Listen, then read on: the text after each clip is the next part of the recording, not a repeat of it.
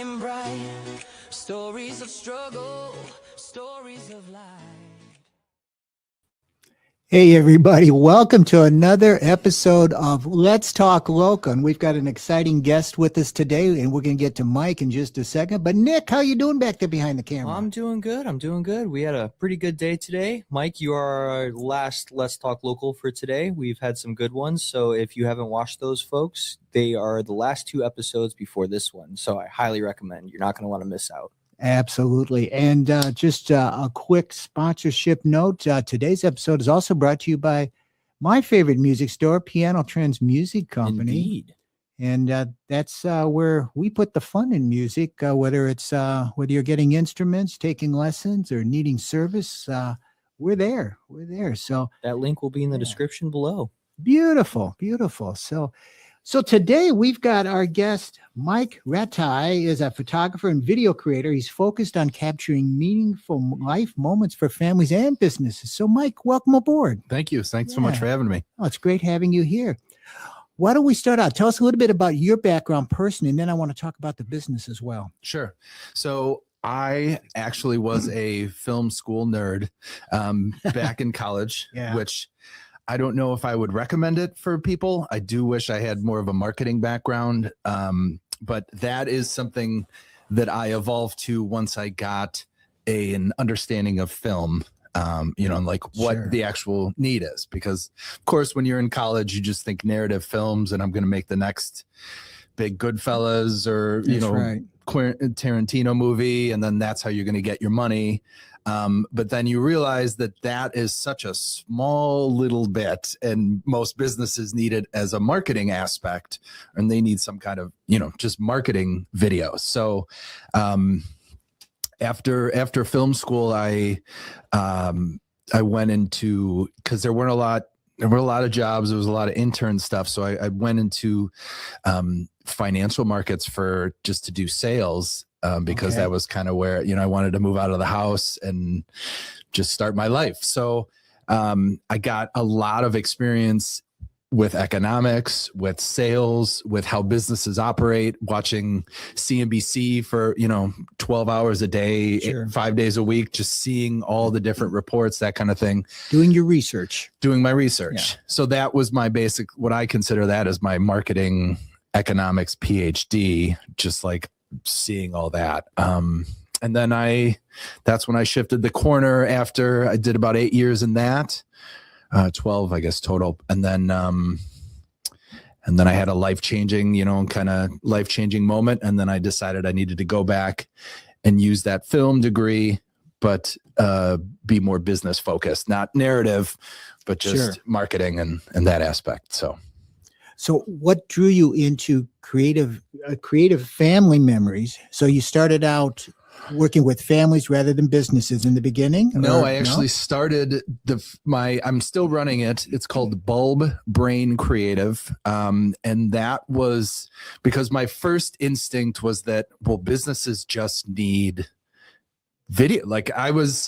So as I was joking or serious as I was walking in, I am a drummer. And when I was doing my corporate world, I was teaching drum lessons like 1 day a week. And so one of the things was, you need students. Sure. So you need to market yourself to get students. And so I was kind of just in there, just figuring out the social media. It was Instagram was early because it was 2015-ish when I started playing around with that. And so coming from a corporate world, my assumption was just, businesses need marketing. But I ended up hanging out with a lot of entrepreneurs and small business.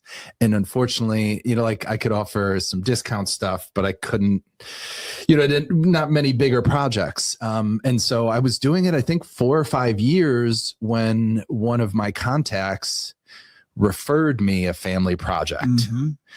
And then at that point, my kids were 4 years old. So I started to see the need for I just didn't even think families were an option. And then once I got this family documentary, that was a 5-month project where we were just I got to work with the family, share a lot of their stories, worked with digitizing. And then a lot of my friends now, because now we're in the burbs, everyone wants family photos. And they're like, hey, can you do my family photos with all these beautiful parks? So it's just another, once people start asking for it, I can't just ignore it. Like, I think that would be a bad business sense. So that's when one thing leads to another. Exactly. Yeah. So, and being open to it instead of just cutting it off. Exactly. So. Well, I think it's interesting because I know a lot has been going on because so many people and families have a lot of their family members on 8-track or cassettes and things like that. So you can bring all those to life and digitize everything and bring them up to date. And that was another aspect where the VHS, I didn't have it. I didn't have the converter. And then so many people kept asking me about it. So then I was like, well, I've just loved technology for better or worse. I just always immerse myself in it as a video and photography professional. Like there's always more technology and gear to buy. Sure. But again, if people were asking me for it, I was like, you want to do it. Let me look into that. Yeah. And so yeah. So yeah, because I think any business has to adapt and be thinking outside the box at all times because everything changes. The economy, business aspects change. And if you don't change with it, you get left behind. And so those entrepreneurs who think ahead of the game are going to come up with the next best thing with that. So I agree with you. In fact, I aged myself. I said 8-tracks instead of VHS. But you could. But that's out there too. That's out there too, right? Yeah. Well, so how is the balance between doing family business and corporate business? Which way do you kind of lean towards it? I like the bulb brain idea. Thank you. So I am a board member at my local chamber. So that, which town? Glen, Ellyn. Okay. And so, but it's funny as I'm saying that, I'm like, well, I still get a lot of family stuff through the business. Sure. So it's kind of whatever presents itself. Like last week we had our 62nd annual community awards. So it's like 270 people show up and we, it's just a party where we're welcoming, or it's like celebrating 12 to 15 local people. Sure. Like police, educator, that kind of thing. So I don't know. I would guess that's the long answer. And then the short answer is both of those have a cycle for sure. Like I will say that like most of the world, like as Thanksgiving to January hits, we all sort of get hibernation and just hibernation mode. And we're just too busy to really do some stuff. So I literally, I had enough foresight this year where starting in, I don't know if you made your way to these, but starting in October, I started collecting guests to do my own cooking show because I know that's a time where it's typically slow. Maybe there's a couple corporate parties, but family, like you're sending family cards out in December, but you're not shooting photos in December. Like that's usually a September or October thing. Sure. Makes sense. Seasonal. Yeah. So seeing the trend and like experiencing it for like a couple years, we're like, oh my gosh, no one's calling. Why is it so cold in December and January? Then to switching my mindset of like, you know what, let me just be busy with my own projects during this time. And then stuff will just fall as it does. And as it gets warmer outside, there's more parties happening. There's more family stuff presenting itself. So, I know that was a long answer to your question, but it's just basically, I think being aware of the different cycle and then just time management is the other thing with entrepreneurship. You have to have time management. Otherwise, things get away from you really very quickly. Yeah. One of my jokes that I say is that for the family thing, I say, but no weddings.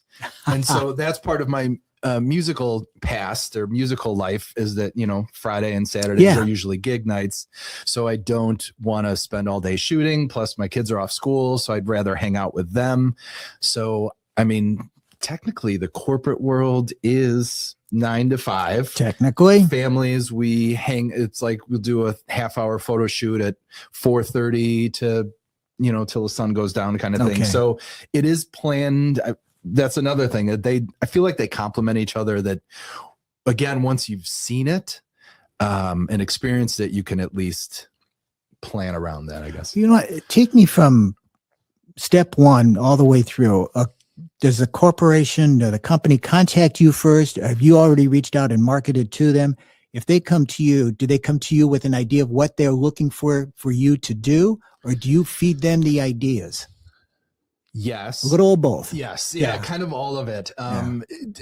The unfortunate or fortunate thing about us artists, even though this is an artist business, absolutely, is we are always on the hunt. And so I'm always marketing. I'm always trying. I'm doing talk. Obviously, I'm doing this. I'm doing like presentations at the library that I film, and then I end up using that as my marketing. Sure. So I'm always marketing. On that aspect, it's like it's still half and half. They're like, okay, we kind of have an idea. Maybe we have a brand story, or here's this old video we did 5 years ago or 10 years ago. We want to update it a little bit. Right. So yeah, it's a mix of both. And that, like, my favorite, why I really, back to the original story, which is why I wanted to get into this, is because I saw the beast that social media was. And I thought for businesses, the thing that would make the most sense for me is some kind of subscription, quarterly or monthly thing. Sure. Where we just develop this rapport, because there's another thing with artists and musicians, like, and one of the thing, I don't know if you guys are Stones or Beatles, but like my thing I typically say is like the Beatles' best album took them 8.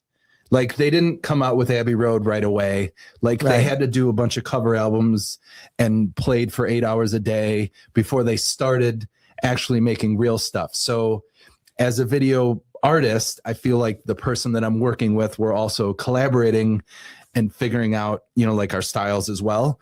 So that's my other theory about like if we do monthly or quarterly. Actually, I like your analogy there too, because one of the questions we ask on Around the Piano podcast all the time, and especially at trade show, we also do interviews for NAM, the Trade Association, and one of our questions, it's kind of a lightning round. It's Beatles, Stones, and it's amazing. It's kind of 50-50. I bet it's kind of 50-50. I think the Beatles get a little edge, but it's a 50-50 type of thing. But it's a good analogy talking about how, it did take the Beatles longer before they could just do all their own stuff on that. Yeah, you do the covers for sure. Yeah, no, I like that. So I got another question here. As far as you're combining videography with the photography, when you're trying to tell a story, especially for a company, does one work better than the other? How do you incorporate the two, and what's the difference? I think it's almost social media, which you hate to use that as the catch-all or whatever, but that requires like faster cuts. And that's like something where the editing needs to be chop, like it needs to move along. However, if you're telling like a family documentary, it's longer, like 5 to 6 seconds in between cuts, where like things can breathe a little more because you technically have your captive audience. The family's going to watch. That's right. And you don't want, and really like the social media is 30-second. Like you're not, I think this is the confusing thing with everybody. They're you get 15 to 30 seconds. Like, like don't, just because you have an hour and a half of something, like while someone has 5 minutes on Facebook or Instagram or whatever, like it's how they should be looking at it. So, so understanding where people will be watching it. You have to catch it right at the beginning when you're doing it on social media. Right. Absolutely. And it's just a little bit of intrigue. Like, I think the biggest problem, and I realized this on one of my last talks, is that like a lot of people that post social media and they're like, well, this doesn't work, but they're still posting about everything else, is that like the marketing funnel, top of funnel is like when people have no idea who you are. Mm-hmm. And, there's top of funnel, middle funnel, and then bottom of funnel. Bottom of funnel, basically where they're going to give you money. I think the wrong way people act and how we should be thinking about it is that assume nobody knows you and you're trying to just intrigue them on social media, LinkedIn, whatever platform. That's all the same thing. It's just like, as much as we want to do nothing and have money just fall out of the sky, doesn't happen that way. It does not happen. But the problem is so many people are just like, buy from me. But if you just like create a little intrigue, and then that's the whole like educational, and informative, and then a little funny, like everyone knows like why you're at the club, like you're there because you have to entertain. Yes. Yeah. And so I think, I don't know if that answered the question, but just like understanding that people do want to buy, but they don't want to buy immediately.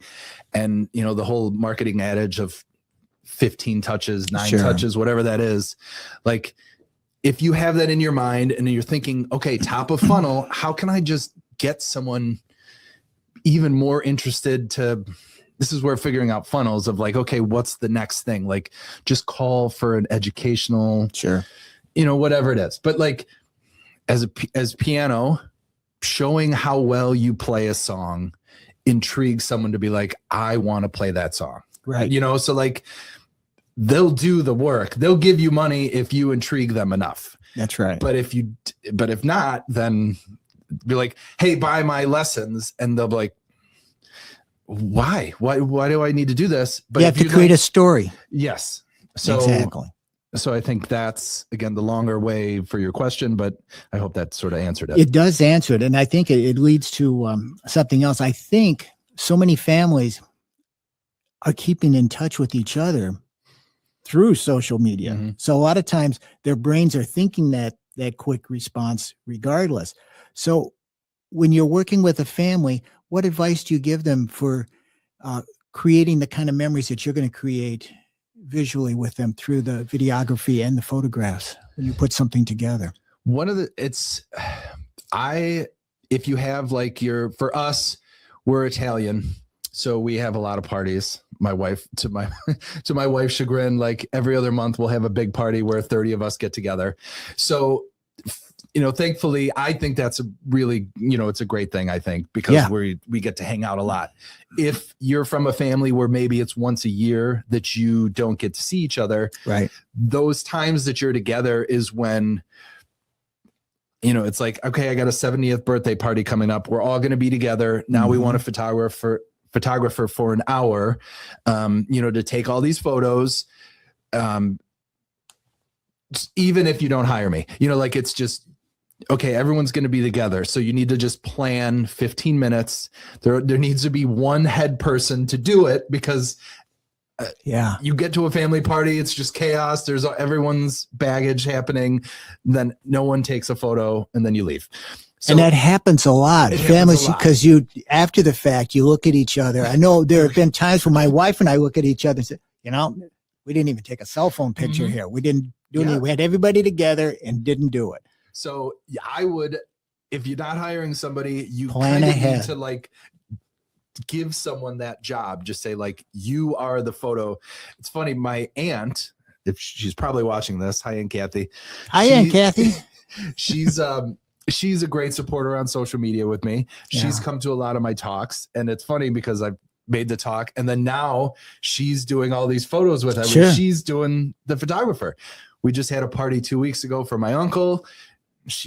And then she sent out 70 photos of everybody. She got the groups of 3, the groups of 10, so she organized it. She did. Yeah. So if you give someone that job who wants it, right? If someone that's the key. Yeah.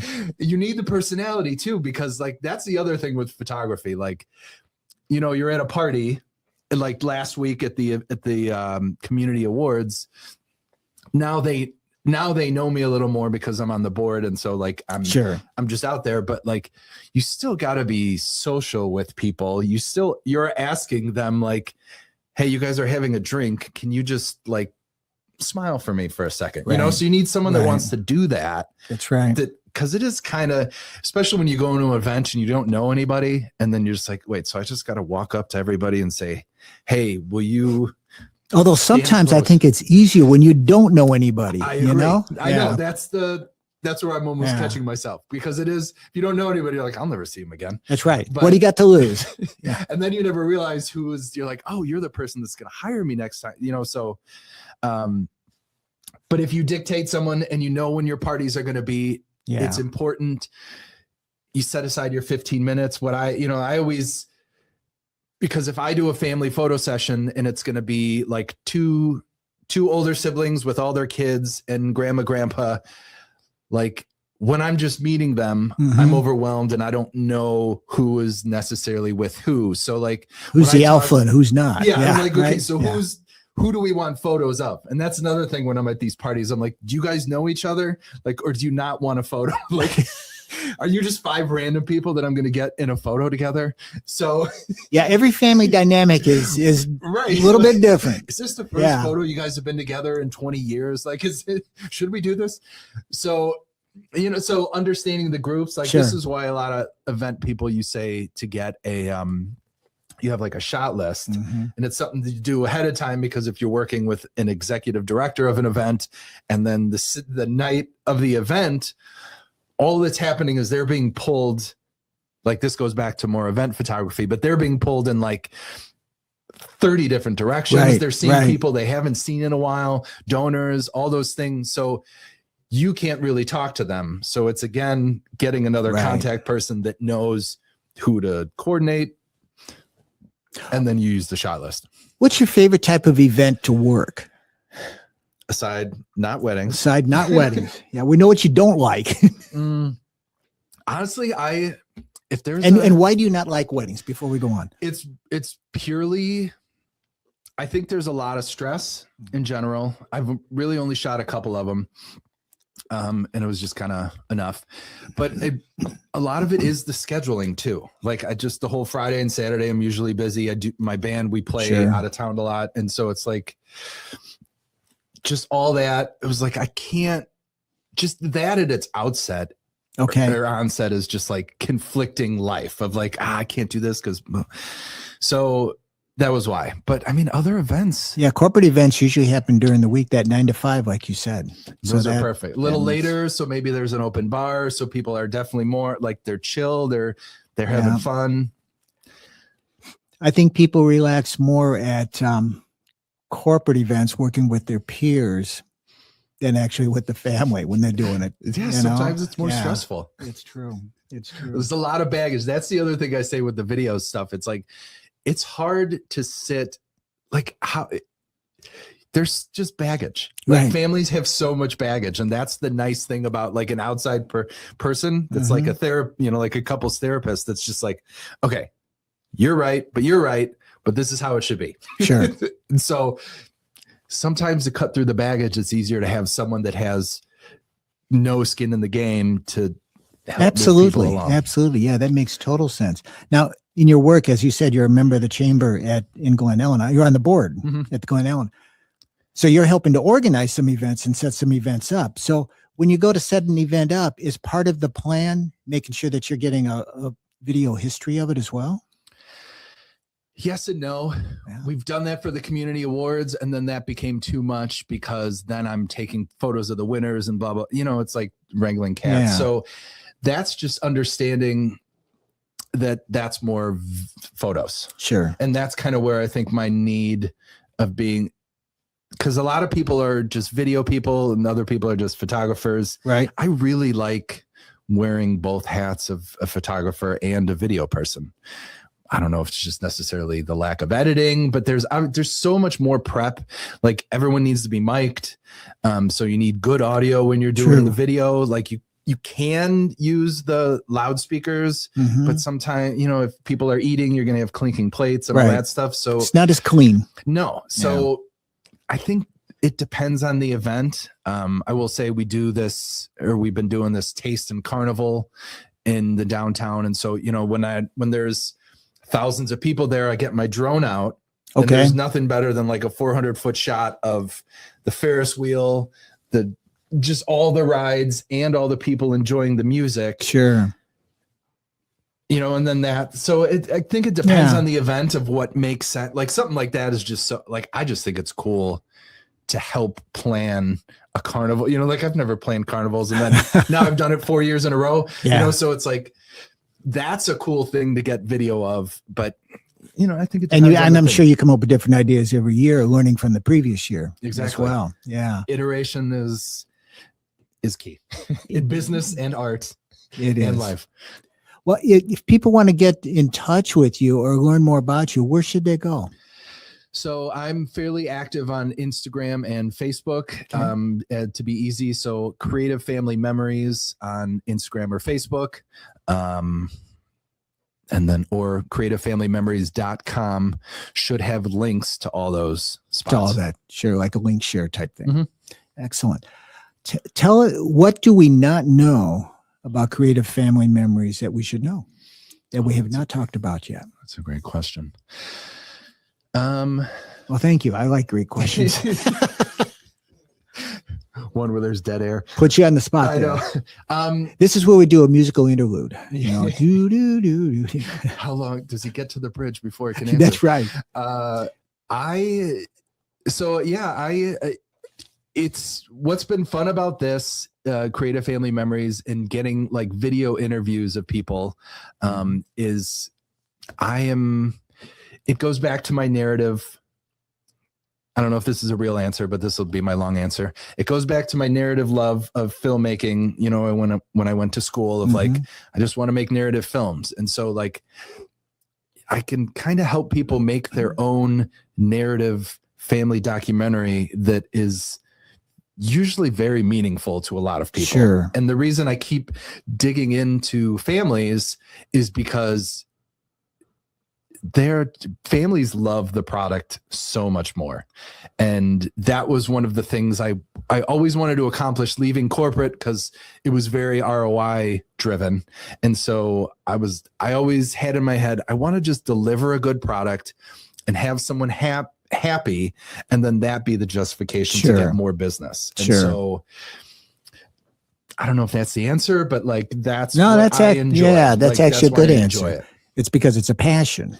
Yeah. And I think any entrepreneur, if you're in a business and you're an entrepreneur and it's not your passion, I don't want to say it's doomed to failure, but you're going to make it a lot more difficult that way. And you don't look at a lot more opportunities. So yeah. That's right. That's right. So tell me more about, you've alluded to this band. So you play in a band every weekend now? So that's my around the piano interest here now. I'm a drummer. So take a guess. Okay. How many bands do you think I'm in? Probably 12. So four. Currently. Okay.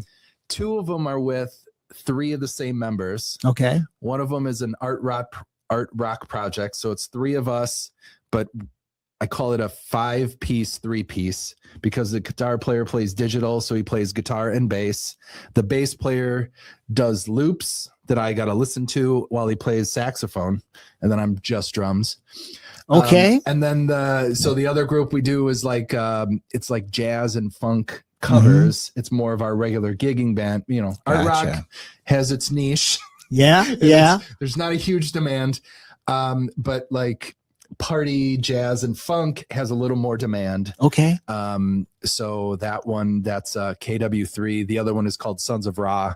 And Sons of Ra actually just won something through the Chicago Reader for being a good we're a good jazz band is what we were voted. Oh, that's awesome. Yeah, so that's cool. Yeah, I love that. And then 2 other groups that we've been playing for 13 years, called Arbogast, and then this other one that's Mind Collapse that we're playing. It's hit and miss, but we'll have to have you guys come up and play in the studio one of these days. Yeah, that'd be fun. Yeah, we did. Do you know The Bunker? Have you heard of him? I have not. Okay, his name is Fletch, and he's in St. Charles, I believe it is, and he does like a live stream with bands, and we did one of those, and it's fun. No, true. It is fun. Yeah. Well, we'll definitely have to talk about that in the future too, because we do some live streaming here as well, and it's always looking for new talent. Obviously, you guys are old talents. You're in the area now. So how long have shut up, Nick. Who are you calling old again? I didn't say You did. New old. New old. Just because I remember Abraham Lincoln and voting for him doesn't mean that I'm that old. That's okay. You're considered refurbished. Refurbished. Yeah. I like that. Yeah. It's true. Or rebuilt. I don't know. Yeah. It could be Both. either one. Rebuilt title. Yeah. Well, this has been fun, Mike. Thank you for being with us today. Hopefully we can do this again. And I think we got an Around the Piano podcast in the future. I think we do. Yeah. Sounds great. Sounds great. Well, once again, thank you for being with us and the best of luck. And once again, let's tell everybody where they can find you. The links are in the description below. And what's the QR code going to, Nick? creativefamilymemories.com. So it'll take you straight to that home website. If you're interested in any of their services, there is a little contact us tab at the top right-hand corner. So go ahead and reach out to them. That sounds like a plan. Cool. And remember, 216 Creative Studios, like, share, and subscribe. And we will see you guys on the next episode. So long. Thanks so much. Thank you. Appreciate it. Every story's worth a little bliss. From the heart of the town to the open air, let's talk local, we're taking you there. 216 Creative Studios, where the magic starts.